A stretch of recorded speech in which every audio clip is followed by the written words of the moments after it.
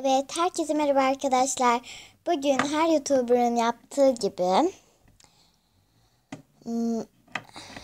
videolarımı nasıl düzenliyorum, eşyalarımı nasıl ayarlıyorum videosunu çekeceğim. Umarım bu videoyu beğenirsiniz. Ben sürekli düşüyorum bugün nedense. Bana böyle bir nazar değdi. Herhalde bir beni anıyor. Her neyse videoya başlayayım. İyi seyirler. Şimdiden beğenmeyi ve abone olmayı, güzel yorumlar yazmayı unutmayınız arkadaşlar. Evet arkadaşlar, burada benim hazırlanmış odalarım, yani böyle bölmelerim var. Onlardan istediklerimi seçip masam dağınık olduğu zaman şu gördüğünüz koltuğa şey yapıyorum. Bazen yatağıma, bazen de işte gördüğünüz gibi masamda videolar çekiyorum. Böyle, burası biraz dağınık arkadaşlar. Burada oturma odası var. Biraz karanlık burası. Görebiliyor musunuz bilmiyorum. Evet arkadaşlar, odalar düzenlenmiş. Bu sayede videolarımı rahatlıkla seçebiliyorum. Barbie'lerle çekeceğim zaman da Barbie'lerimi çıkıyorum. Bu bir tane bebeğimiz. Burada da işte bir sürü bebek var. Bunlardan seçiyorum. Evet arkadaşlar.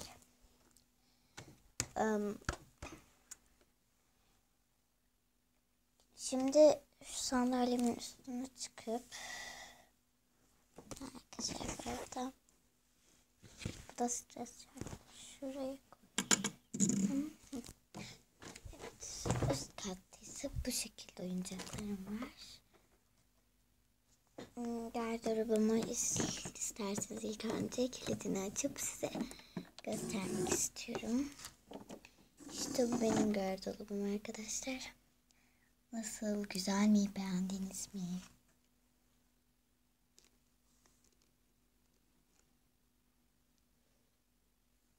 Şu çekmeceyi de açıp size göstereceğim. Evet arkadaşlar, çekmecemi çıkardım. Şöyle. İçinde eşyalarım var. Burada pantolonum. Gardıroptan çıkan yüzüğüm falan var arkadaşlar. Pantolon askı yetmedi pantolonu. O yüzden çekmecenin içine koydum. Evet arkadaşlar. Gardırobumu kapatıyorum.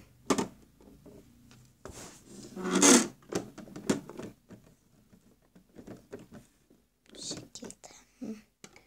Burada da işte toplarım var. Zıplayan top. Bir tane de şu şekilde bebeğim var. Toplar. Burada tacım. Doğum günümden, Elsa setinden çıkan. Bu da değneğim. Saklı gizli bir şey yok. Bu oda kokum arkadaşlar. Bu da İngilizce ödevimiz. Neden Türk bayrağı koydun diye sormadı öğretmiyoruz. Çünkü biz Türk'üz, bunu biliyor. Evet, şöyle bir ev yaptım İngilizce ödevim için. Burada da kullandığım ojeler var. Hatırlarsanız size oje koleksiyonumu çekmiştim. Burada böyle rujlarım falan var. Asetonum. Bir tane de burada aseton var. Kremim var. Burada da eşyalarım var. Arkadaşlar, oyuncağı ben çok seviyorum. Bir tane arkadaşımdan hediye ettim. Topu buraya getiriyorsunuz. Buraya uzun basınca basket oluyor normalde. Bu biraz da beceri istiyor. Oluyor mu ben tam olarak anlıyorum. Bakın bu oldu ama. Yani bazen oluyor, bazen olmuyor. Bakın şu anda sağ düşüm.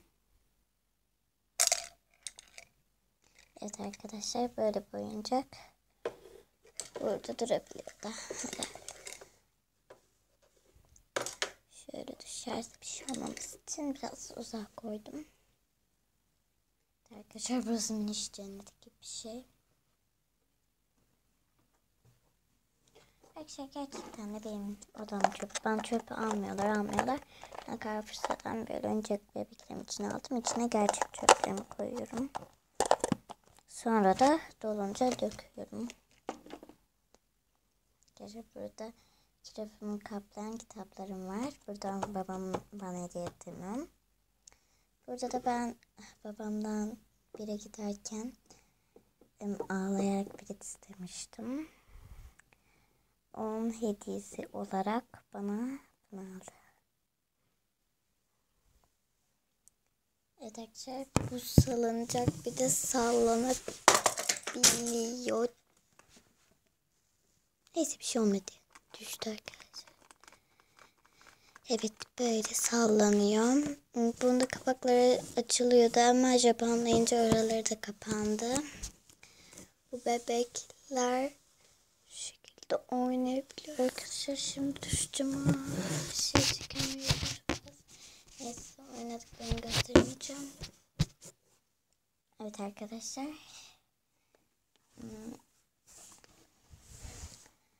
Arkadaşlar, size bir sır vereyim mi?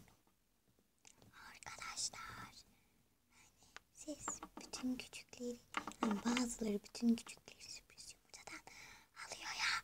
Ben sadece 2 kere sürpriz paket açtım ve birinde de ben çıktım. İkincisinde ise şu işim dıştaysa.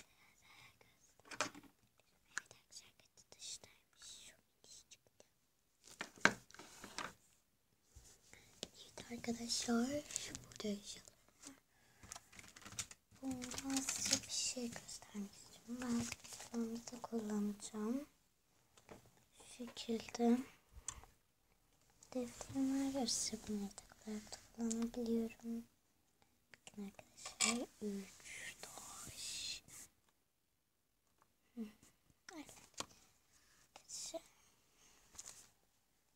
Evet. Arkadaşlar, videoyu kısa kesmek istemiyorum.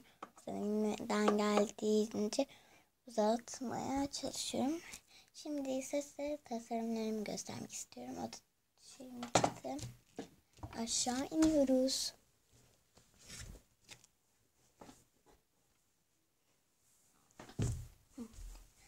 Şuradan da alalım.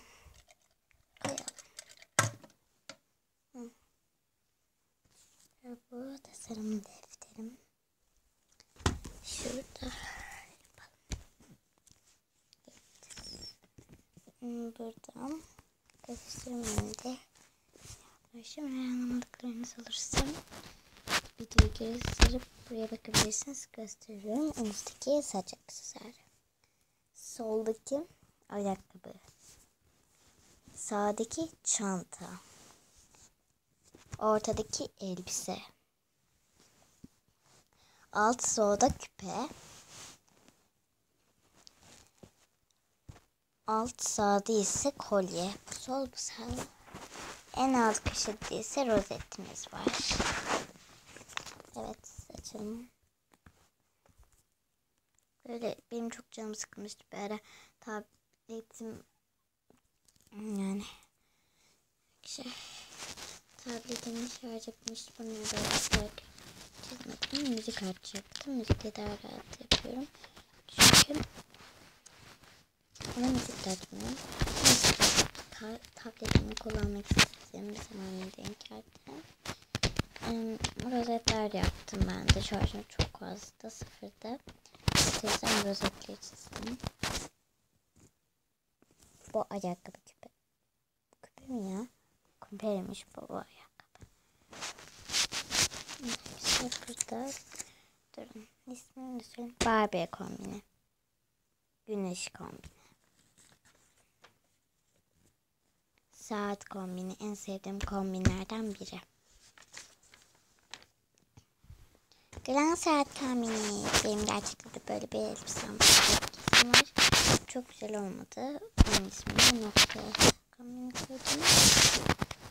Bu yazlık bir kombin.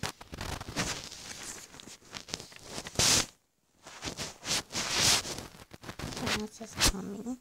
Bu Avon kombini arkadaşlar. Bu yine yazlık bir tatil kombini. Ve seçtim. Bu kırmızı kombin. Yani. Bu lip balm kombinimiz. Bu kızılderili kombini. Bu kışlık kombin. Bu zigzag kombin. Bu renkli boncuklar kombini. Arkadaşlar sizce bu mu daha güzel olur, bu mu? Bu gelinlik. En sevdiğim ikinci kombin. Uğur böceği kombini. Yani arkadaşım yapabilirsin dedi ki ben şu anda uyguladım. Kot kombin. Aksesuarları turuncu ama kesiniz tabii ki de. Bu zikzak noktalar kombinim. Üzülmeyin, daha tam 14 dakika 46 saniye süremiz var. Bu şipşak kombini.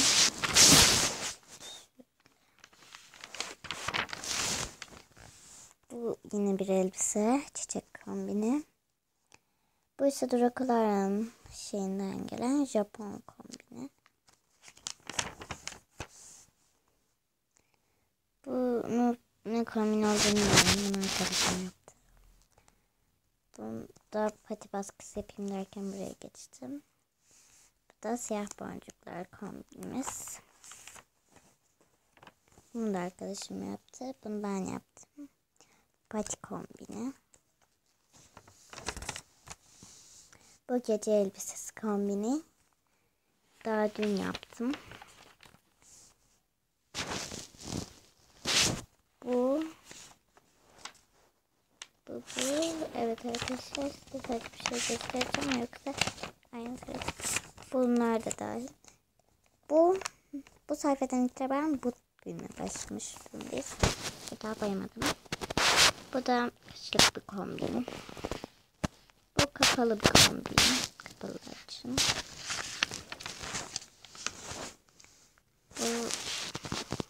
Bu parti kombini.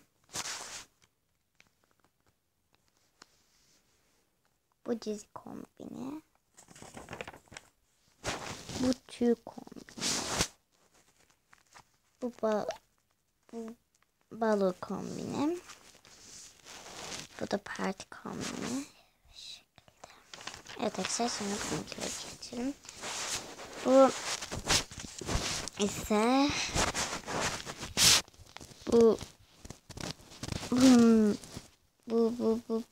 bunun ismi ne olsun? Bunun ismi kakao kombini.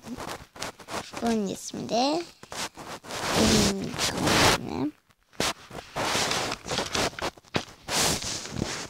Bunun ismi güzel şeyler kombini. Bunun ismi ise canıs kombini.